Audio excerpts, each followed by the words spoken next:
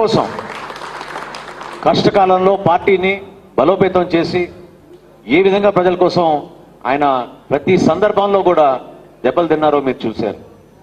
కౌలు రైతుల విషయంలో ప్రతి జిల్లాలోనూ మేము కార్యక్రమాలు చేశాం. ఊహించని విధంగా బహుశా 600 మంది 700 మంది ఆత్మహత్యలు చేసుకున్నారేమో అని అనుకున్నాం.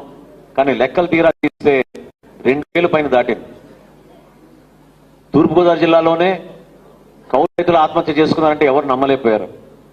42 మందికి ఉమ్మడి తూర్పుగోదావరి జిల్లాలో ఆ రోజున మీటింగ్ పెట్టి ₹1,00,000 చొప్పున ప్రతి కుటుంబానికి పవన్ కళ్యాణ్ గారి చేతుల మీదుగా ఆ కుటుంబాన్ని ఆదుకున్నాం. ఆయన స్వయంగా ఆయన సొంత నిధులు ₹5 కోట్ల విరాళంగా ఇచ్చి రాష్ట్రంలో ఉన్న మన రైతుల్ని మనం కాపాడుకుందామని ఆ రోజున ముందుకు వచ్చారు. ఎటువంటి కార్యక్రమాలు చేశామంటే మనం పార్టీకి రేపటి రోజున ఓట్లు పడిపోతాయనో లేకపోతే రేపటి రోజున మన ఎమ్మెల్యేలు గెలిచిపోతారనో ప్రభుత్వంలో మన భాగస్వాములై మన మంత్రి పదవులు తెచ్చుకోవచ్చని కాదు మనం చేసిన కార్యక్రమాలు.